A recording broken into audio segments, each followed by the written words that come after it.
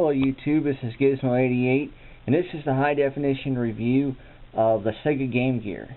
This is Sega Game Gear. It's Sega's portable system. It was really the only true portable system that Sega ever released. And it's basically one of two because there was only the Sega Nomad and the Sega Game Gear. But this system had its own unique games, where with the Nomad it actually played Sega Genesis games. So this one's actually it's its own system.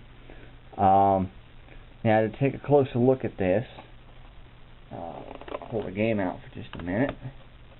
If we look at the back, this thing holds 6 AA batteries, 3 here and 3 here, and then there's your label. There's what the model number would be, but this one is pretty well faded off.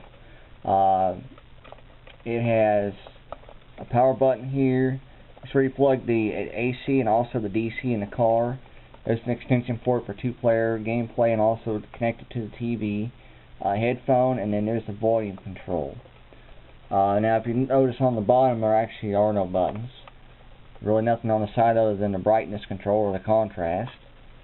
And that's about it for that. As for the buttons, it has a D-pad. The D-pad works very well, but it does have a flaw in the case, which I was lucky enough to find one that did not have the broken case, but they do tend to break out. Start button and 1 and 2. Now one thing I want to mention is the 1 and 2 buttons. This was actually more of an invention from Sega. Even though the numbers 1 and 2, have obviously been used in pneumatic pads on other controllers, the style of the buttons are different. It's not a pneumatic pad, it's just 2 buttons. 2 buttons, 2 numbers. It's very simple, and there's nothing complex about it. And if we look here, it says Sega Portable Video Game System. Look here, it says Game Gear. Now there were several different models of these made. There was 2 models made by Sega, and then there was one model that was made by another company that bought the rights. And if you buy one of those, and everything is in white, there's no color here, no colors on the sides.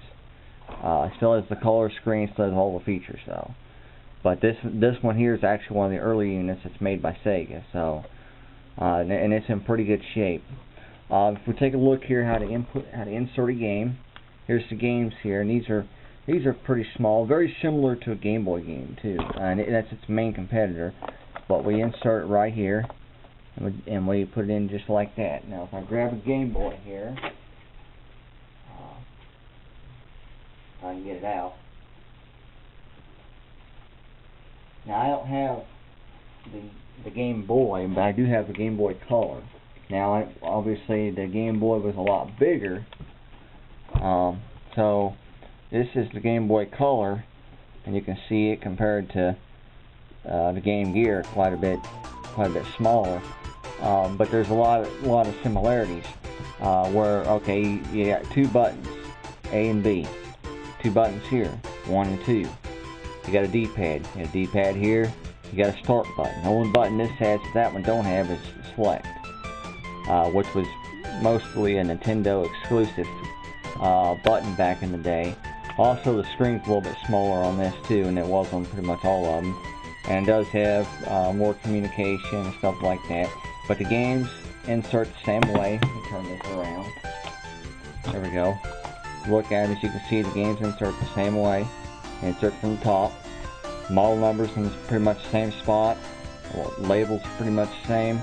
This only runs off 2 AA batteries rather than, I think it's, pretty sure it's 2. Let's see here. Yes. Let's see that again. Okay. Yes, this 2 AA. And while the original Game Boy ran off 4 AA batteries, so it still ran off less batteries than the Game Gear, but the Game Gear also suffers from a lot of problems. The Game Gear suffers from only about 3 or 4 hours of battery life, but it doesn't have very good battery life at all, and it will eat batteries, especially 6 AA batteries. So it's always best to play it with the plug-in or the battery pack. The Sega Game Gear also had a number of other issues. Capacitors. They had a lot of faulty capacitors. This actually needs capacitors put in it. The sound don't even work in it. It'll work with the headphones, but there's nothing comes out of the speaker. And so for sound, you got to plug something in the headphone jack. But another issue is when the capacitors go bad, it causes the screen to go out. And then another issue is if the capacitors go out, it causes the system to turn off after you turned it on. So several issues there, but and then of course the case flaw around the D-pad. But other than that, it's a great system. It's not one I'd recommend to just run out and buy. I mean, if you had a lot of great memories of the Sega Game Gear, or if you had, or if you just you're just collecting video games and you want to add it to your collection, it's great for the collection. It's very affordable. As a matter of fact, I didn't hardly pay anything for this set, and you've seen from the first video just exactly everything I've bought. So, but this is the Game Gear, and I'm going to show you one more thing. Actually, two things. This is the super wide gear, and the way this thing attaches is flip that open, and it's got this thing here. Flip that open, it clicks. Take your system. Well, you can see that. Let me set that down. Grab the system at the bottom. You see there how it's attaching. Trying to watch the screen and trying to attach it at the same time. It's not that easy to do. Attaches just like that, and then you got this magnified screen, and it actually works pretty well. And especially it's got the power light just like the Game Boy, except the one on the Game Gear is it's too bright, and so it gets very irritating. And then to take it off, we just lift that up and pop that off.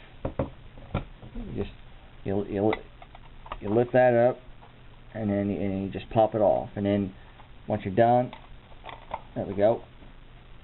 Pop that, fold that up, pull that over, and it's ready to go back in the case.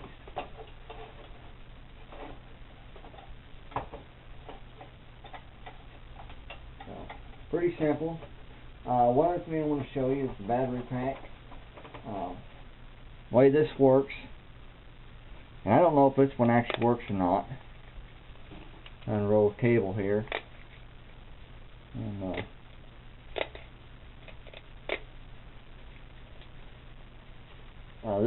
this is the Game Gear battery pack. Now there's a couple different things. There's the battery pack, and then they also have a booster that you can plug into the battery slot. So this just plugs into the AC slot there, and you just set it down. Take your Game Gear like this, and then you just plug it in. Normally there's a switch there on the front.